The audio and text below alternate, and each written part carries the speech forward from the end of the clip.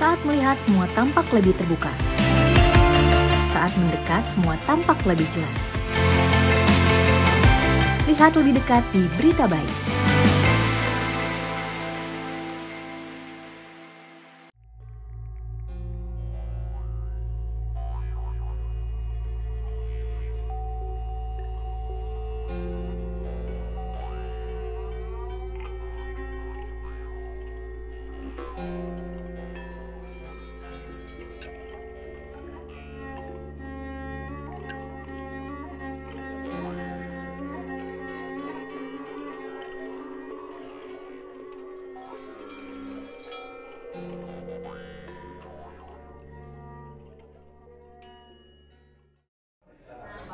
Halo teman baik, kembali lagi sama saya Afi. Kali ini lihat lebih dekat, saya akan mengajak teman baik untuk ngobrol-ngobrol santai sama seorang seniman pantomim yang udah belasan tahun malar melintang di dunia seni pantomim ini. Namanya Kang Wanggi. Iya.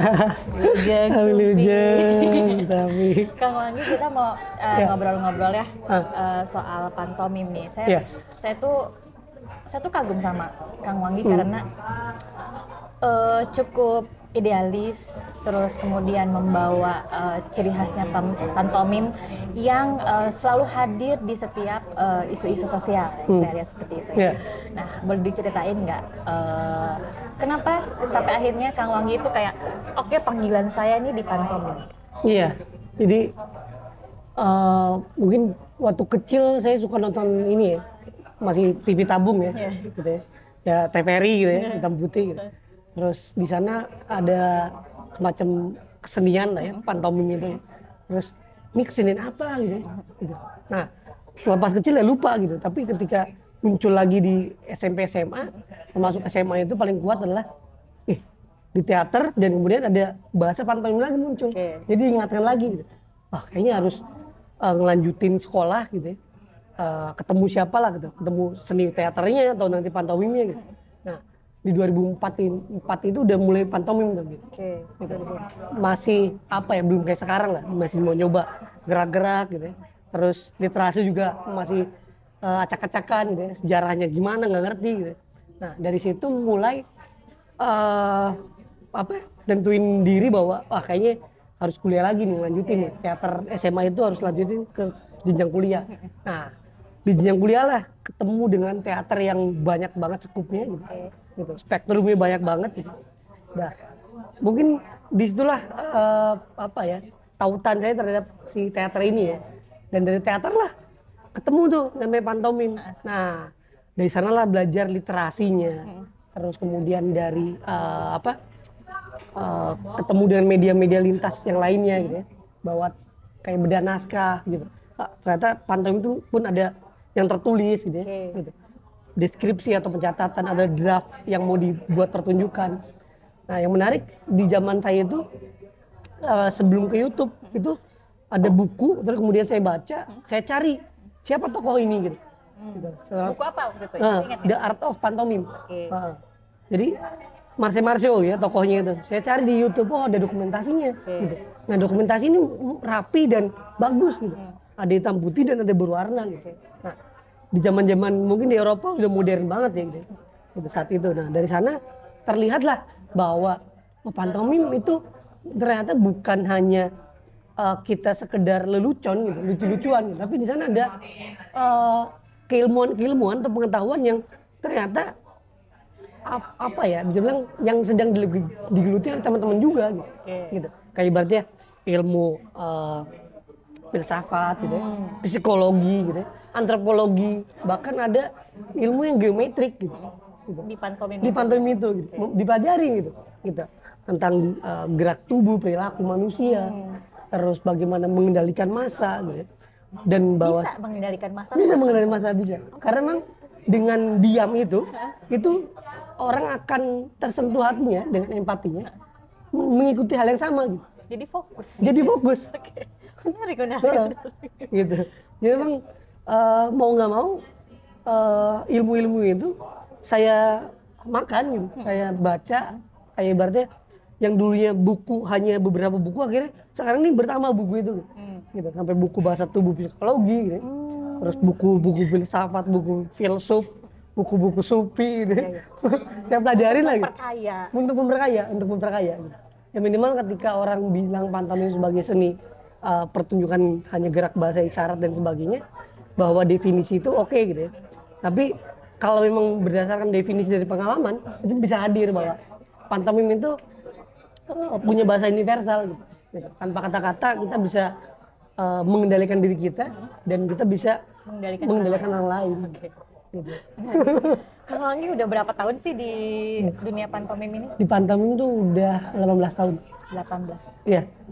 Itu kayaknya kalau dari buku dibukukan itu kayaknya udah stable apa ya kalau selama perjalanan dari 0 sampai 18 tahun gitu. Nah, kepikiran bikin buku nggak?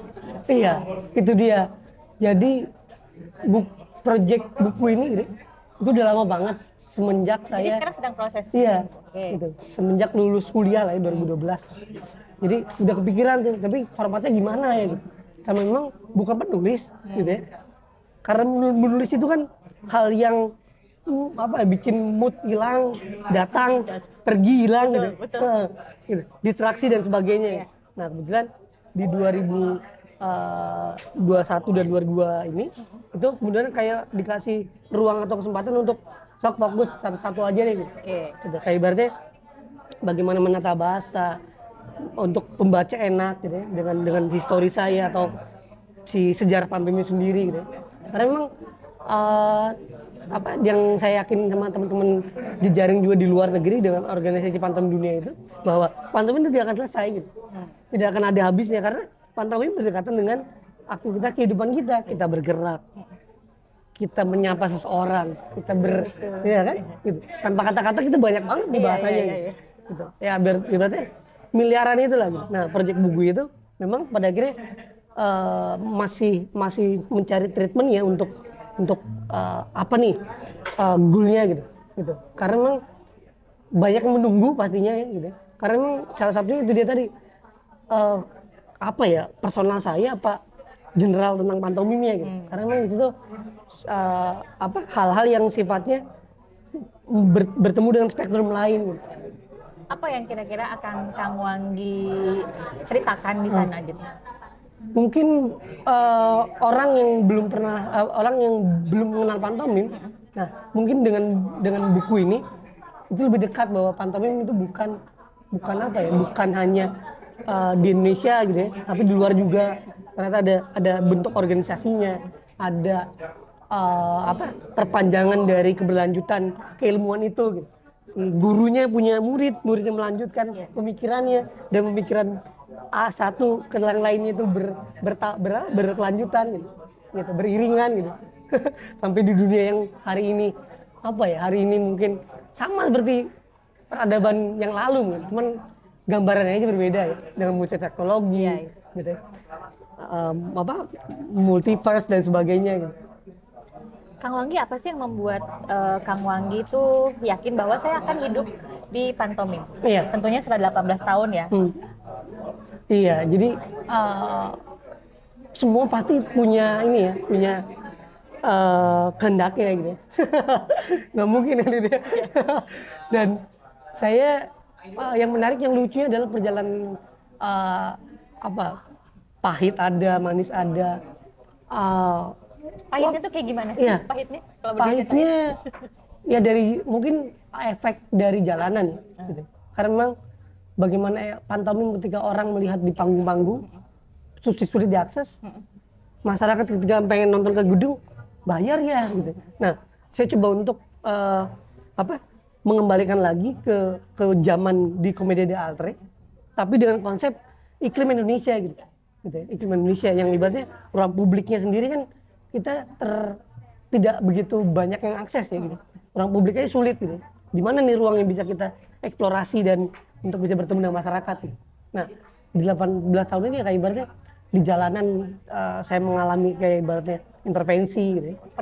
Penolakan, betul. Kayak anak kecil yang harusnya senang tapi kemudian dia bawa es krim, dia lempar. Pernah dilempar es krim. Iya, mungkin itu ide orang tuanya mungkin gitu. Atau inisiatif si anak-anak yang mungkin kesel mungkin lihat gerakan atau wajah yang menakutkan gitu. Padahal ya yang nggak semenakutkan itu gitu. Ya mungkin itu dari tadi pemahaman ke pantomim sendiri masih belum menurun. Ya, betul. Kalau rasa senangnya? Ya, rasa senangnya bisa bertemu dengan orang baru karena Wanggi sendiri di malam itu selalu meyakinkan bahwa besok harus bertemu dengan orang yang baru. 1-5 orang. Apa perasaan itu kalau ketika Kang Wanggi ketemu sama orang baru itu apa yang dirasakan? Banyak hal baru dari pembelajaran mereka ketika mendengar ceritanya bisa buat Wanggi sendiri. Ini punya daya hidup ya gitu. Berarti saya nggak menderita banget gitu. Ada sintikan lain. Bahkan sebaliknya dia pun bertemu saya, kok gue ketemu lu jadi seneng ya. Saling mengisi gitu. Di situ gitu. Jadi bertemu energi lain, kemudian energinya semakin bagus bertambah. Menarik. Saat melihat semua tampak lebih terbuka. Saat mendekat semua tampak lebih jelas. Lihat lebih dekat di Berita Baik.